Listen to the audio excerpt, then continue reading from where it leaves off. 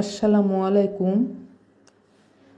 Rajma protein, fibre এবং vitamin খনিজ সমৃদ্ধ একটি পুষ্টিকর খাবার, যা পেশি গঠন, হজম শক্তি উন্নত করার, রক্তের শর্করা নিয়ন্ত্রণ, হাড়ের স্বাস্থ্য রক্ষা এবং ওজন কমাতে সাহায্য করে। এটি নিরামিষ ভোজীদের জন্য প্রোটিনের একটি চমৎকার উৎস।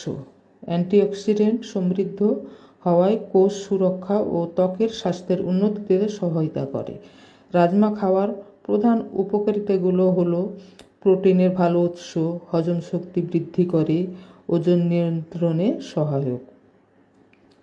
রাজমা আসলে কিডনি বিন বা শিমের বীজ, এটা বিভিন্ন কালারের হয়ে থাকে, লাল, গোলাপি, সাদা, কালো।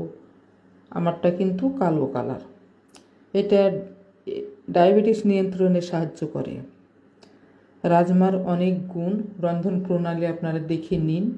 এটা পাওয়া যায় যে চিনি দিলাম, তেঁতুলের গোলা দিয়েছি, অনেক টেস্টি, সব রকমের মশলা দিয়েছি, টমেটো কেচাপ দিয়েছি। রান্নাটা তো দেখে নেন, এইভাবে রান্না করে খাবেন।